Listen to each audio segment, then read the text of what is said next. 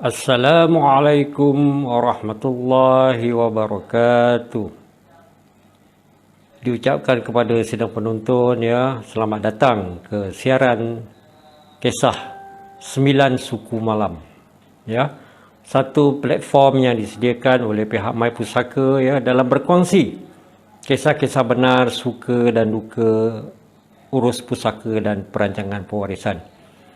Alhamdulillah, pada malam ni sekali lagi bersama dengan saya, Zulhazmi bin Ilyas, ataupun Jurutera Pusaka, ya. Jadi tolong kepada sidang penonton semua, tolong like dan share, ya, sesi ni, sesi kisah 9 suku malam. Walaupun 15 minit, sebenarnya ia bersamaan dengan 15 bulan pengalaman perunding My Pusaka, ya. Tolong like dan share, ya, bersama-sama dengan saya, insya-Allah. Dan kepada sidang penonton yang istiqamah, ya, yang memang menjadi penonton setia kepada kisah 9 suku malam ni, ya, kekalkan istiqamah, ya. Sebab apa? Sebab sesi ni sebenarnya memang sesi perkongsian pengalaman dan ilmu-ilmu yang berguna yang tidak dapat didapati daripada buku ataupun pembelajaran di universiti ataupun di sekolah-sekolah, ya. Ini pengalaman sebenar perunding-perunding My Pusaka, ya. Jadi tolong istiqamah, ya, follow FB live mypusaka.info. Jadi saya mengharapkan semua sidang penonton sentiasa berada dalam keadaan sihat fizikal dan mental, ya. Dan kes terbaru COVID pada hari ini merekodkan 17,105 kes. Astaghfirullahaladzim, Masya Allah, Subhanallah, Innalillah. Bilalah agaknya kes COVID ni akan berkurangan di Malaysia dan kita boleh kembali seperti keadaan hidup sedia kala, ya. Dan pengalaman saya sendiri sepanjang pandemik COVID-19 ni, ya, saya telah kehilangan 3 kenalan rapat, ya. Sesungguhnya COVID-19 itu benar, ya. Kematian akibat COVID-19 itu benar. Kes-kes urus pusaka juga yang bermasalah pun juga benar, ya. Jadi pada malam ni saya akan kongsikan dengan sidang penonton semua berkenaan dengan kes yang baru sahaja berlaku pada Hari Raya Aidiladha, ya. Kes kenalan saya sendiri, ya, di mana kisah ni dapat kebenaran daripada isteri arwah untuk dikongsi bersama, untuk pengajaran kita bersama, ya.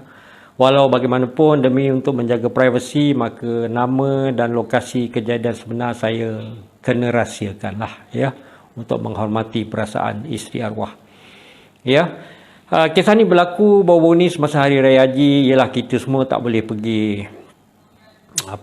solat Aidiladha, ya, di masjid atau surau. Jadi saya mengikuti live daripada Masjidil Haram, ya, solat sunat Aidiladha. Tiba-tiba saya terima satu panggilan telefon, ya. Bila saya tengok nombor tu, ya, nombor telefon yang saya kenalilah, ya, sebab saya save nombor tu, ya, kenalan saya. Tetapi yang bercakap dengan saya suara perempuan. Rupanya isteri arwah, ya.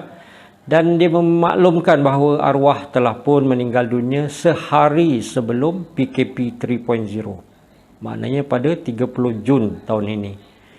Ya, memang saya terkejutlah, ya, sebab walaupun saya tidak berapa rapat dengan arwah, ya, tetapi beberapa kali juga pernah pergi mengeteh, ya, bersama, biasalah kan. Kita saya dan arwah sama-sama dalam industri kejuruteraan, ya. Walaupun arwah bertugas di sektor oil and gas, ya, saya di sektor air, ya, tapi kami kerap juga bertemu, ya.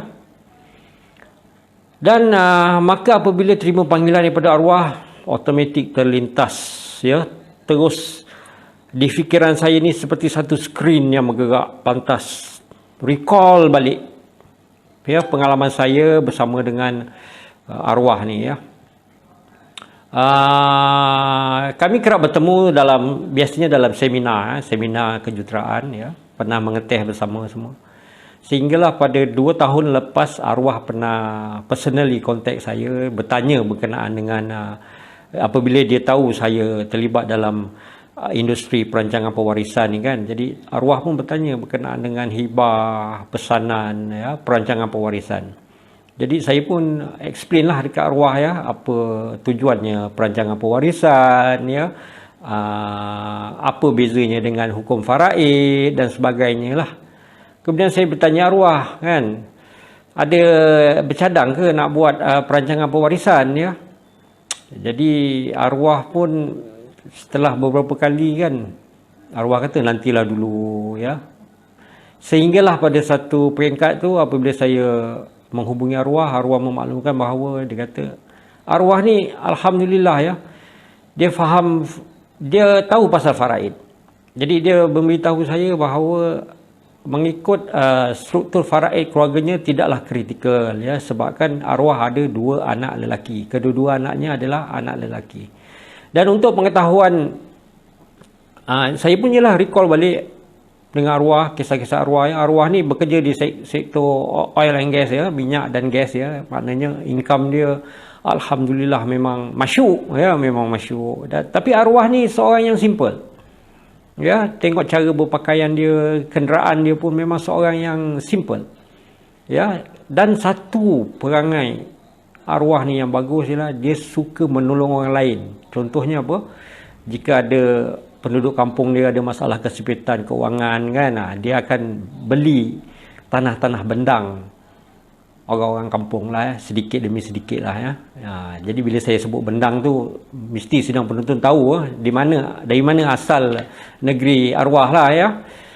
Mungkin kalau kita nampak daripada segi kemewahan arwah ni hanya pada rumah kediaman.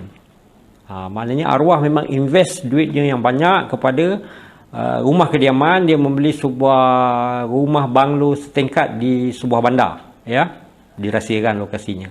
Dan arwah pun pernah, yalah, tengok dalam posting FB dia, kan, dia kata dia bercita-cita nak buat gazebo, ya, nak buat landscape sikit, taman dan sebagainya. Mana memang arwah invest duitnya yang banyak dalam rumah kediaman, ya. Jadi apabila arwah mengatakan, ya, setelah beberapa kali berbincang, sehinggalah arwah mengatakan bahawa keluarganya tidak, struktur faraidnya tidak kritikal, ya. Jadi dengan ilmu yang saya ada pada ketika tu, ini cerita 2 tahun lepas, saya rasa saya macam blur lah, ya, macam dah tak tahu nak buat macam mana lagi, ya, untuk memujuk arwah supaya meneruskan niatnya membuat hibah tu. Ya, arwah pun cakap adik-beradik dia pun okey. Yalah, bila saya tengok dalam FB posting dia, kan, adik-beradik dia semua memang educated, ya, terpelajar dan agak berjaya. Mak ayah dia pun golongan yang terpelajar, ya. Jadi dia, itu semua benda tu recall balik apabila saya dihubungi oleh isteri arwah. Sehinggalah lamunan saya tu terhenti apabila isteri arwah menangis dalam telefon, ya. Isteri arwah memaklumkan bahawa dia berada dalam tekanan hidup yang amat dahsyat sekarang. Sebab apa? Ialah suaminya meninggal mengejut, ya. Lebih kurang seminggu lebih masuk dalam ICU, ditiduran, kemudian meninggal. Maknanya secara mentalnya isteri arwah tidak prepare, ya, untuk menghadapi kehilangan suaminya. Ditambah pula lagi, ya, adik-beradik arwah, ya. Jadi apabila arwah meninggal, okey, ini bercerita berkenaan dengan harta pusaka, ya. Ibu dan ayahnya masih ada lagi dan arwah ada anak lelaki. Maknanya ibu dan ayah arwah ada bahagian masing-masing sebanyak 1/6. Ya. Isteri arwah ni tidak bekerja, ya.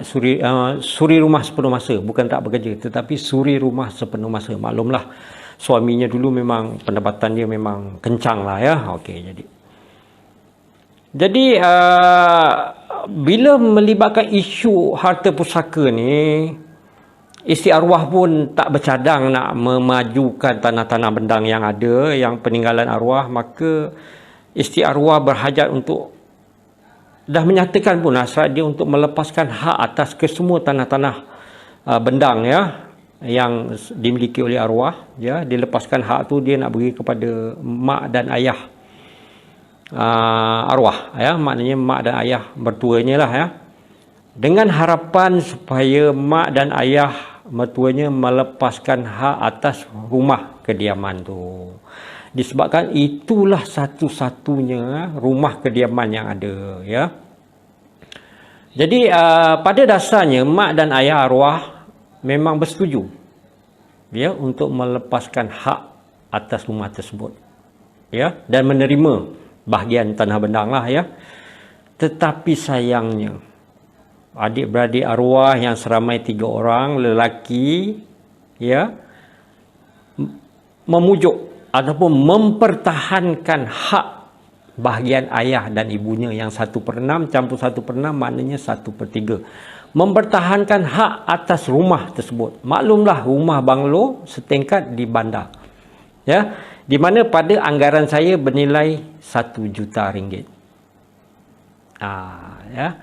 Jadi itu adalah memang sesuatu yang mengejutkan, ya.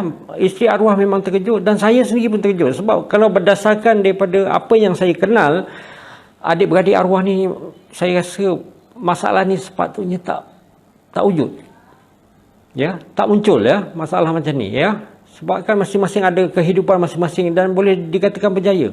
Tetapi mereka tetap mempertahankan hak ayah dan ibu mereka, ya, sebanyak 1/3. 1/6 campur 6 bersamaan 1/3. Jadi itu dilema dia sekarang. Jadi isteri arwah ni dia kata memang berada dalam tekanan setelah kehilangan suaminya, ditambah pula dengan masalah ipadurainya yang begitu beria-ria hendakkan bahagian rumah kediamannya, ya. Jadi itulah, ya, masalahnya, kan. Jadi dalam panggilan telefon tu isteri arwah pun kata dia rasa terlampau sedih, ya. Dia pun rasa sesal yang amat sangat kerana gagal memujuk arwah untuk meneruskan niatnya membuat hibah dahulu. Dan apabila isteri arwah berkata sedemikian, saya sebagai perunding, ya, lebih-lebih lagi merasa amat kecewa. Disebabkan kejahilan saya pada masa itu, saya gagal menyedarkan arwah tentang betapa pentingnya penyediaan perancangan pewarisan semasa arwah masih lagi hidup. Memang saya sampai sekarang memang saya rasa, ya Allah, kenapa sampai saya cakap kenapalah bodohnya saya, kan, tak boleh nak convince. Memang saya lemah lagi masa tu, memang kurang ilmu lah, terus terang saya cakap, ya. Jadi tuan-tuan sidang penonton yang saya hormati sekalian, ya, pengajaran yang boleh dikongsi daripada kisah ni. Yang pertama, ya, katalah, ya, isteri arwah memang ingin mempertahankan rumah tersebut dan menebus bahagian ibu dan ayahnya, ya, berdasarkan nilai semasa rumah. Dijangka isteri arwah terpaksa membayar sebanyak RM300,000. 300,000 bukan satu jumlah yang kecil, ya. Memang betul arwah ada meninggalkan KWSP, ya. Katalah duit tebusan tu diambil daripada KWSP 300,000, ya, untuk menebus rumah tu, ya, bahagian mak dan ayah. Berapa duit yang tinggal? Berapa baki yang tinggal? Sebab dengan baki yang ada itulah untuk meneruskan kehidupan beliau dan juga anak-anaknya yang masih lagi kecil seramai 2 orang. Sedangkan sedangkan jika arwah membuat perancangan pewarisan dengan membuat hibah semasa hidupnya, kos yang akan dikeluarkan oleh arwah tak sampai pun 1% daripada kos yang arwah isterinya terpaksa menebus. Tak sampai 1%. Bayangkan tuan-tuan dan perempuan, ya. Itu memang satu yang saya galat sangatlah sebagai perunding. Memang ini kes yang paling saya galat sekali sebenarnya, ya.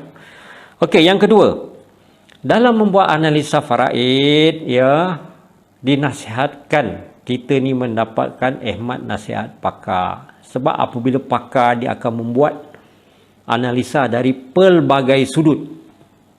Ya, contohnya macam kes arwah, dia kata saya ada 2 orang anak lelaki, ya, saya masih ada mak dan ayah. Kalau dari segi analisa biasa, kita mengatakan ini satu struktur faraid yang kukuh, ya, keluarga arwah. Tetapi kita gagal mengenal pasti potensi tentangan, ya, disebabkan ada adik-beradik arwah yang lain. Jadi kalau kita membuat analisa faraid dengan mendapat hemat bantuan pakar, contohnya daripada My Pusaka, insya-Allah kita boleh kenal pasti all this possibilities, kemungkinan-kemungkinan yang akan berlaku di kemudian hari, ya. Tambahan pula, kalau nak dapatkan analisa faraid daripada My Pusaka pun percuma sahaja. Maka saya menyeru kepada semua sidang penonton, ya, datang kepada pihak My Pusaka, buat analisa faraid peribadi, buat analisa faraid keluarga, ya, supaya lebih jelas, ya. Okey.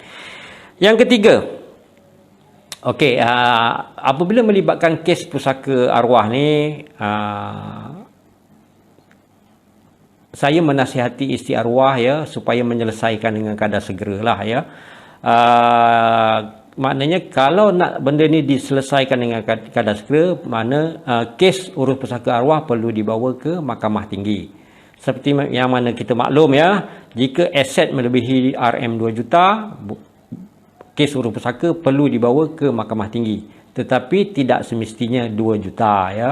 Jika melebihi RM200,000 pun dan ke atas, dah boleh dibawa ke mahkamah tinggi. Di mana kelebihan jika kes ni dibawa ke mahkamah tinggi adalah lebih cepat. Ya, saya banyak kes yang dibawa ke mahkamah tinggi dalam 4 bulan boleh selesai. Ya, lebih-lebih lagi PKP ni, ya, pejabat pusaka kecil semua kebanyakannya masih lagi tutup. Ya, jadi kalau nak cepat, bawa kes ni ke mahkamah tinggi. Ya. Tetapi satu implikasinya, ya, apabila melibatkan mahkamah tinggi, maka pihak My Pusaka perlu berurusan dengan pihak lawyer kami lah, ya. Jadi kosnya adalah lebih tinggi berbanding dengan kos jika dibawa ke pejabat pusaka kecil, ya. Okey. Tetapi satu kelebihan, jadi saya maklumkan kepada isteri arwah, ya, bawa bertenang, ya, bawa bertenang, bersabar. Sebab di My Pusaka kita ada satu lagi pendekatan yang tiada didapati pada agensi-agensi yang lain, Wak Imam lawyer pun, iaitu apa? Sesi muafakat waris. Jadi saya mencadangkan kepada isteri arwah, ya, first step yang kita perlu buat adalah kita membuat sesi muafakat waris. Kita kumpulkan semua adik iparnya semua tu kan, yang 3 orang lelaki tu, mak dan ayahnya, kita akan terangkan berkenaan dengan hak, tanggungjawab, ya, melepaskan hak, at-taharush, muafakat waris, dan juga konsep sedekah.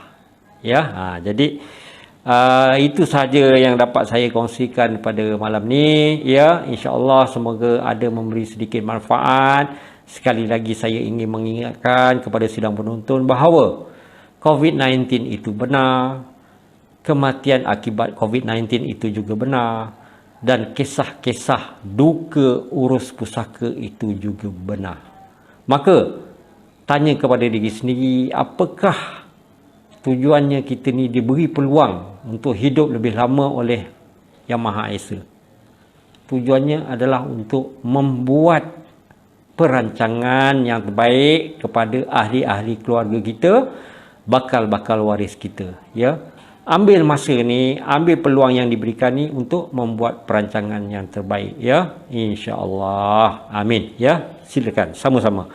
Jadi besok kisah 9 suku malam akan bersiaran lagi bersama perunding yang lain, ya, dengan kisah yang lain, dan tuan-tuan dan puan-puan akan bersama saya lagi pada hari Selasa minggu hadapan pukul 9 suku malam dengan satu kisah duka, memang duka, ya, kisah duka pusaka seorang mualaf, ya. Sehingga bertemu lagi di lain siaran, jangan lupa like, share dan follow FB Live mypusaka.info, ya, bersama dengan semua sidang penonton di luar sana. Sehingga bertemu lagi di lain siaran, saya sudahi dengan wabillahi taufik wal hidayah. Wassalamualaikum warahmatullahi wabarakatuh.